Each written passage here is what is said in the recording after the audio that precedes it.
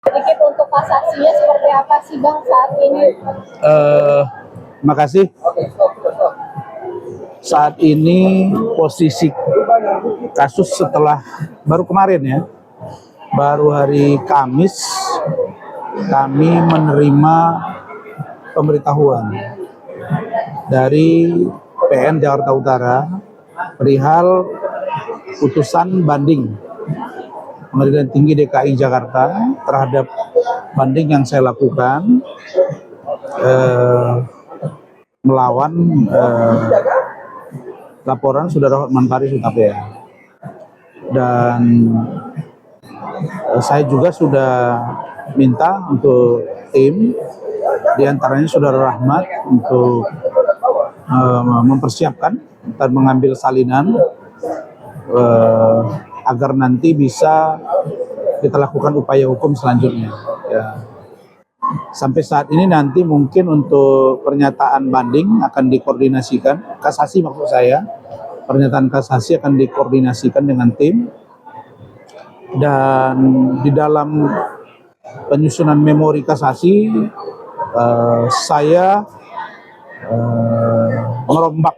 merombak beberapa tim, dan ini dalam rangka mempertajam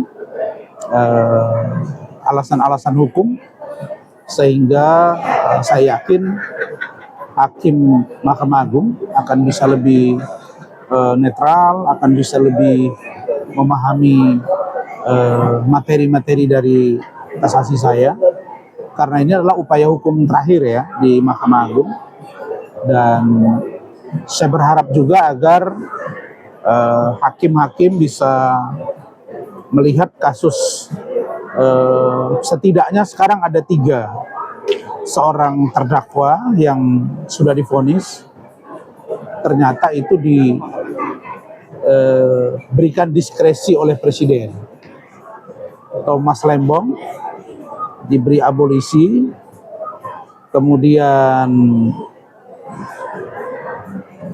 Hasto Kristianto kalau saya nggak salah amnesti, dan kemarin Ira Puspadewi itu juga mendapat rehabilitasi. Nah, artinya apa ini? Artinya ada keputusan hukum yang membuat masyarakat dan para penggiat keadilan, termasuk aktivis, para lawyer juga, tentang putusan-putusan hukum yang kurang adil. Jadi saya berharap Mahkamah Agung bisa memutus perkara ini dengan adil, dengan cermat, dengan memperhatikan semua aspek, sehingga ya putusannya nanti benar-benar adil buat saya. Karena sesungguhnya ya kita semua sudah tahu bahwa Iklim Hakim itu sebagai klien saya telah mengakui menandatangani kuasa, telah mengakui mencabut kuasa, telah mengakui adanya pelecehan seksual. Itu diakui di Kementerian PPA dan di depan persidangan. Nah, jadi kalau dia dianggap bersalah, ya silakan. Karena itu mungkin dia menyatakan sesuatu yang tidak sesuai dengan fakta. Tapi kalau saya diposisikan adalah sebagai seorang lawyer yang bekerja untuk atas nama pemberi kuasa, yaitu Iklim Hakim. Maka saya sebagai juru bicara seorang klien, tentu saya akan menyampaikan apa yang dia sampaikan. Dan pada waktu preskon pertama, Iklim Hakim itu berada di sebelah kanan saya, preskon itu, dan tidak ada dia bantah, bahkan dia menambahi keterangan.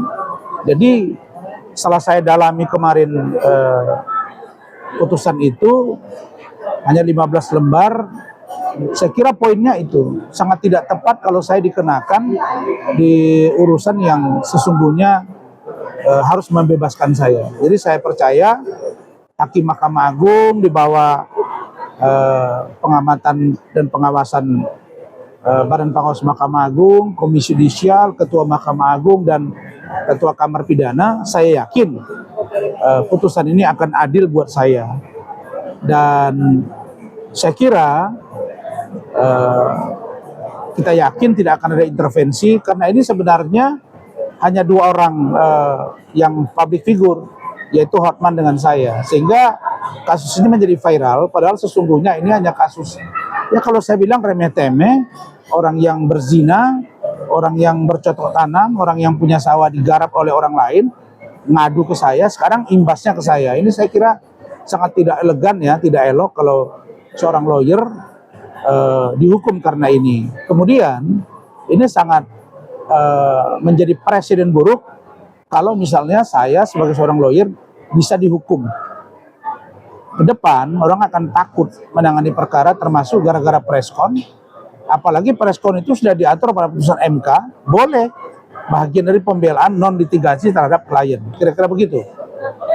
Bang, tapi kan berarti Abang secara tidak langsung tetap menolak hal tentang vonis yang dijatuhkan ke Abang yang 1,5 tahun ya Bang? Ya, saya tetap menolak dan saya melakukan upaya hukum meskipun saya menyatakan apresiasi, menghargai dan berterima kasih karena Hakim PT telah memvonis Iklim Hakim 6 bulan penjara tanpa percobaan.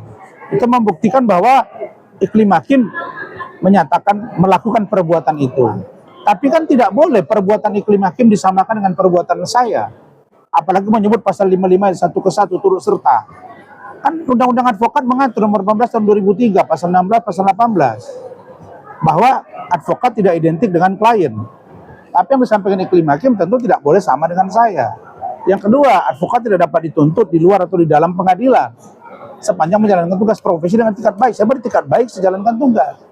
25 April 2022 ditantangkan kuasa, 11 Juni 2022 dicabut kuasa. Rentang waktu itulah saya melakukan pembelaan hukum. Tidak saya tambah, tidak saya kurangi gitu. Jadi ini yang perlu dicermati oleh hakim. Nah, kalau Iklim Hakim menyampaikan sesuatu ke saya berbohong, maka dia yang harus dihukum. Tapi untuk diketahui ya, bahwa Hotman Paris sendiri di BAP dia halaman 10, dia mengatakan bahwa ketika check-in di apartemen Moy Kelapa Gading, Hotman kecewa karena buah dada Iklim Hakim keras, tidak sesuai dengan aslinya. Artinya ada pengakuan perbuatan itu. Makanya kita menjadi bingung kenapa kok putusan itu malah saya divonis bahkan lebih berat daripada Iklim Hakim yang orang sendiri yang memberikan pengakuan ke saya, lisan tertulis dan juga melalui chattingan. Ini bukti gitu. Apalagi di Kementerian Pemberdayaan Perempuan Perlindungan Anak juga dia ngomong bahwa benar dia dilecehkan. Dan ini sudah diperiksa di muka persidangan. Jadi sangat aneh kalau putusan ini menjadi sangat tidak memberikan edukasi kepada masyarakat karena ini hanya untuk diduga ya karena kepentingan seseorang atau kelompok. Kira-kira begitu. Bang, tapi kan dengan usaha Abang ke kasasi nanti begitu Bang. Mungkin persiapannya sudah sejauh mana? Lalu mungkin proses ke kasasi itu berapa lama sih Bang? Ya kalau persiapan tim saya sudah bekerja. Putusan itu sudah salinannya lagi kita liatin, pelajarin, dan setelah itu kita menyatakan banding, lalu kemudian mengantar memori. Dan saya sudah katakan tadi, saya banyak merombak tim ya, dan karena ini adalah finally, maka ya kami akan ajukan dan kita tunggu saja putusannya. Saya berharap Hakim Mahkamah Agung tidak perlu terlalu tergesa-gesa, tidak perlu juga terlalu mendesak karena ini yang paling penting adalah putusannya itu adil bagi penegakan hukum itu sendiri, bukan karena kepentingan atau karena pesanan orang lain. Saya kira cukuplah 3 orang terdakwa, akhirnya Presiden memberikan amnesti, abolisi dan rehabilitasi, dan ini cerminan bahwa putusan itu dianggap tidak pantas. Bahkan pada waktu Harvey Mois juga Pak Presiden juga waktu itu sampai komplain minta supaya lakukan banding karena putusannya tidak relevan. Nah setelah banyak komentar barulah ada penyesuaian hukuman. Saya kira kasus itu tidak boleh diputus karena viralnya sebuah kasus, tapi harus sesuai dengan koridor hukum sendiri, yaitu keadilan untuk semua. keadilan untuk kebenaran dan kejujuran hati nurani berdasarkan fakta persidangan oleh majelis hakim gitu.